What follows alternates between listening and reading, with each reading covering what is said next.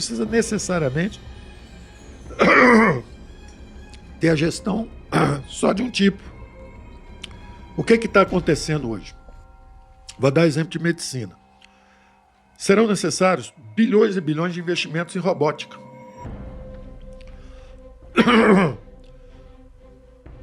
Será que o sistema público tem capacidade de fazer esse investimento?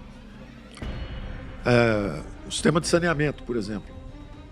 Se 100 brasileiros estão sem água e esgoto, será que o sistema público, pagando 300, 400, 500 bilhões por ano de juros sobre a dívida, será que ele tem capacidade de fazer esse investimento também em saneamento? Ou será que quando você permite, com a mudança, por exemplo, no marco do saneamento, você permite investimentos privados em saneamento? Vamos nos complementar, investimentos públicos e privados também naquela prioridade. Então, isso é importante, essa mentalidade. O Hayek é interessantíssimo exatamente porque ele é uma confissão de humildade intelectual, dizendo assim, olha, nós não conhecemos tudo, não adianta entregar tudo para um planejador central, ele não conhece. Eu falei isso muito quando estava no governo, eu falei, a gente não conhece tudo, a gente precisa justamente, eu falava, mais Brasil, vamos descentralizar, vamos transferir recursos para governos estaduais, mais municípios, mais estados, transfere um pouco mais para eles, porque o Brasil descentralizadamente vai funcionar melhor. Tem alguns investimentos que são centralmente planificados, são melhores.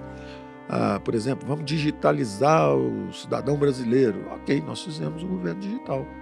Nós digitalizamos, distribuímos as transferências de rendas e tudo, mas eu não quero entrar muito em política. Eu acho que o importante aqui, o Brasil está muito acima dessas nossas diferenças, porque nós somos todos brasileiros.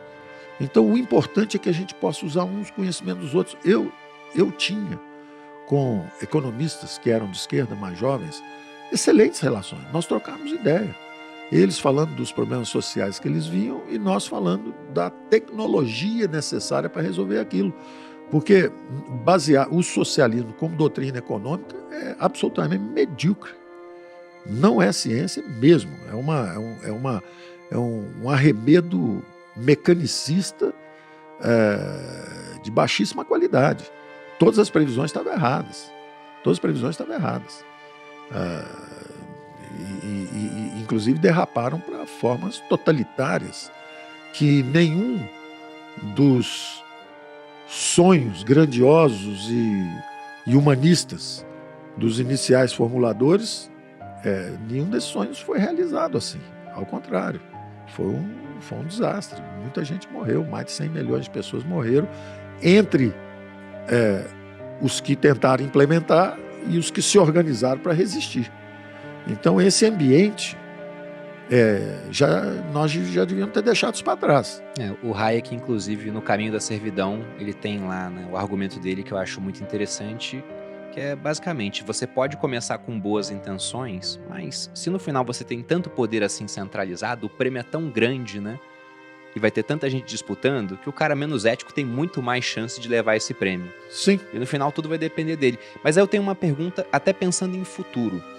Porque se você pega uma economia planificada, com um planejador central, sendo que nós temos pouca capacidade e não conhecemos tudo, ela é impossível. Só que a gente está entrando agora, e por isso eu te perguntei de inteligência artificial, nessa era da superinteligência. Hoje, se a gente pega o ChatGPT, que é aquilo que a gente tem de conhecido, que é mais avançado, ele é bem mais inteligente que um ser humano médio, digamos assim. E como ele evolui muito rápido, a gente fez um episódio aqui falando sobre evolução de inteligência artificial. E está evoluindo, dobrando de capacidade a cada mais ou menos 3,8 meses. Então já deixou a lei de Moore lá para trás, né? De maneira que hoje ele é inteligente que uma pessoa, mais inteligente que uma pessoa média. Daqui a alguns meses, mais do que uma aldeia. Daqui a mais alguns meses, mais do que uma pequena cidade. Você bota alguns anos, a gente chega no nível de evolução que vai ser uma inteligência única, centralizada, mais inteligente do que toda a humanidade. Será que nisso a gente poderia ter uma economia planificada, planejada por uma IA? Ou nem assim, na sua opinião? Não, eu não acho. Eu acho o seguinte, você vê que quando você falou pela primeira vez nisso, eu disse que eu mencionei a robótica, a medicina robótica. Da mesma forma, isso vai acontecer na educação, isso vai acontecer... Nós vamos usar toda essa inteligência artificial e todos esses métodos auxiliares vão nos ajudar muito do ponto de vista de distribuição de conhecimento. Distribuição de conhecimento. Mas exatamente como essa busca da verdade é eterna, eles podem até simular vários experimentos. Como é que seria se os países fizessem isso, fizessem aquilo? Só que nós somos humanos, nós somos fundamentalmente humanos, nós somos um escape da natureza. Nós somos... o Rousseau dizia que nós éramos originalmente bons e nos corrompemos. Eu acho que isso é um erro. Essa visão de que nós éramos bons e nos corrompemos com a civilização é um erro brutal, de novo, intelectual. É um erro intelectual dramático. Para mim é o contrário. Nós somos uma espécie que evoluiu, está melhorando e que está se sofisticando e com desafios crescentes. Por exemplo, nós transformamos todo o potencial de conhecimento que veio da Revolução Científica, nós transformamos em uma superpopulação. A população do mundo ficou durante 1000 anos em torno de 200 milhões. Era um pouquinho maior, um pouquinho pior, tinha uma guerra. A Europa ficou ali. Aí, de repente, grandes descobertas, né, que foram as Américas. Aí, ao mesmo tempo, a Revolução Científica, o avanço democrático, inclusive, o avanço às monarquias, primeiro constitucionais, depois às democracias propriamente. São instituições que nós estamos desenvolvendo há séculos, há milênios. Péricles era a democracia 2.500 anos atrás na Grécia. Então, nós estamos falando aí de milênios. São 2 milênios e meio, são 25 séculos, né? 10 séculos no milênio, mais 10 e mais metade. Quer dizer, para desenvolver uma democracia que é sensível a essas aspirações nossas, onde tem lugar para todo mundo. A esquerda chega e tem as nobres intenções, olha, eu quero fazer isso, aquilo, aquilo outro. Sim, mas precisamos produzir. Você não pode desorganizar a produção em nome disso, porque senão vai morrer todo mundo de fome. Então, peraí, vamos ver como é que a gente atende essas nobres aspirações, mas respeitando os limites tecnológicos, os limites, inclusive, individuais nossos, os nossos direitos também. Não vale a pena, você não pode matar 30 milhões nas grandes fomes, por exemplo, que eles mataram nos experimentos na China e na Rússia, em nome de um experimento social. Você não pode fazer isso com as pessoas. Você tem que... Por isso que os liberais são evolucionistas, eles não são revolucionários. O socialista normalmente é revolucionário, o liberal é o evolucionista, porque ele respeita o conhecimento acumulado. Então nós vamos mudando. Então vamos botar a inteligência artificial na medicina robótica? Vamos. Agora nós vamos botar para dirigir nosso destino? Não. É aquele filme do Kubrick, que o UAU lá, que é aquela inteligência artificial, resolveu matar os humanos a bordo, capturar, sequestrar a sociedade de uma pessoa que tinha sobrado na aventura do 2002. Então nós vamos ter que discutir isso também, da mesma forma que a gente discute o meio ambiente. Nós vamos ter que discutir também o uso da inteligência artificial. Devemos regular? Não regular? Vamos conversar como sociedade sobre isso. Esses mecanismos são 2 grandes mecanismos que nós temos. Um foi exatamente esse algoritmo de decisão econômica descentralizada, que são as economias de mercado. Os fenícios tinham, os babilônios tinham, os assírios tinham, os egípcios, os sumérios, os primeiros registros de escrita da humanidade, os sumérios estão contando quantas cabras o cara tinha lá. Então, isso é coisa antiga, isso não foi meia dúzia de banqueiros ingleses que inventaram para explorar o trabalhador. Não tem nada disso. Não tem nada disso. É algo bastante diferente. É ao contrário, à medida que esse mecanismo de coordenação econômica foi ganhando aceitabilidade, a humanidade saiu de 200 milhões durante a Idade Média inteira, ela foi para 8 bilhões, estamos chegando agora. Por quê? Porque nós transformamos riqueza em reprodução. Pode ser que a gente chegue à conclusão seguinte, agora vamos dar uma travadinha, voluntariamente, nós mesmos. Por exemplo, os países mais avançados pensando em capital humano, pensando em qualidade, pensando em educação, decidiram voluntariamente ter menos filhos.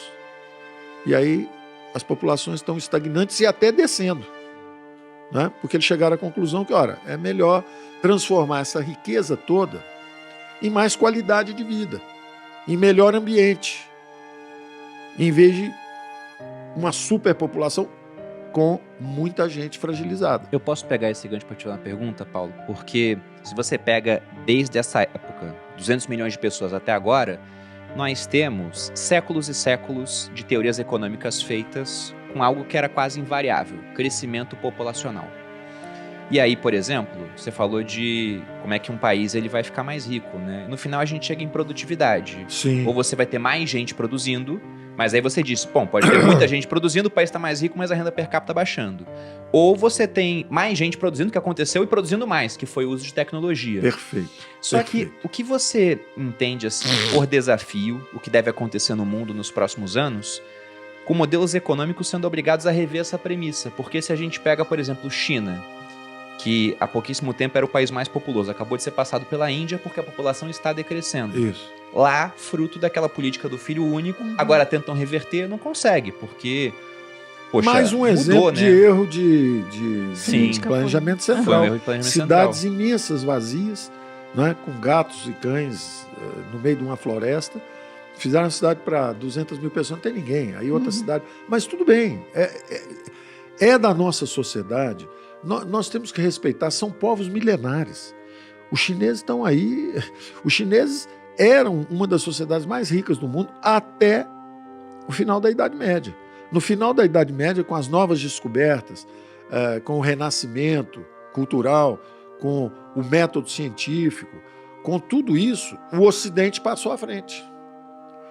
E eles, nessa busca desesperada de tentar fazer o alcance, se lançaram no socialismo e a coisa piorou bastante. Tanto que morreram 30, 40 milhões de pessoas. Na verdade, entre Rússia e China foram mais de 50 milhões. E depois as grandes guerras. Nós tivemos 2 grandes guerras, né? Justamente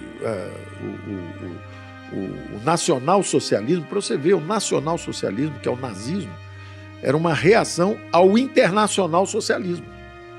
Você vê que os nomes, o nome do partido do Hitler é Partido Nacional Socialista dos Trabalhadores Germânicos. Quer dizer, já que havia uma proposta de unir os trabalhadores do mundo inteiro contra o capital, contra o establishment, contra os conservadores, etc.,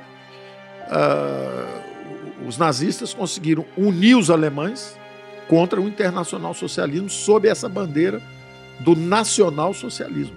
Nazismo. Nacional-socialismo.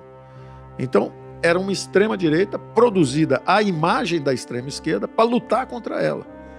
Né? Foi um desastre para o mundo. Morreram outras dezenas de milhões de pessoas. Então, além dos experimentos com a economia fracassados, os experimentos fracassados com a economia na Rússia e depois, durante a Grande Fome russa também, e depois na China, durante a Grande Fome na China, os dois se adaptaram. A Rússia botou um flat tax, um imposto de renda de 15%, baixo, e entrou capital e a Rússia começou a crescer. A China mergulhou nos mercados globais, se desenvolveu, virou o maior trader do mundo. Se você perguntar assim, qual é a nação que mais comercializa no mundo? É a China, inclusive é o maior player, inclusive com o Brasil. Entendeu? Então ela mergulhou no Adam Smith. Ela tirou o país da miséria mergulhando no Adam Smith. Direto. A riqueza das nações. Vamos comercializar com o mundo e vamos gerar emprego na China para abastecer o mundo, com tudo mais barato, porque nós temos mão de obra barata, então nós vamos mandar tudo. Desde eles têm vestido encolhidinho, que você bota dentro d'água e vira vestido, vocês têm tudo. Os caras fazem de tudo, até os semicondutores, tudo que precisar. Mas o mundo agora vai se reconfigurar, as cadeias produtivas, exatamente pelo problema político. E eu ia te perguntar, não do problema político em si, que eu concordo que tem, né? A gente tá vendo essa tendência do offshore ficando cada vez mais nearshore, como estão colocando, né? Tira da China, do Vietnã e bota no México, que é melhor pra gente. Ou até no Brasil, a gente pode ser agraciado com isso também.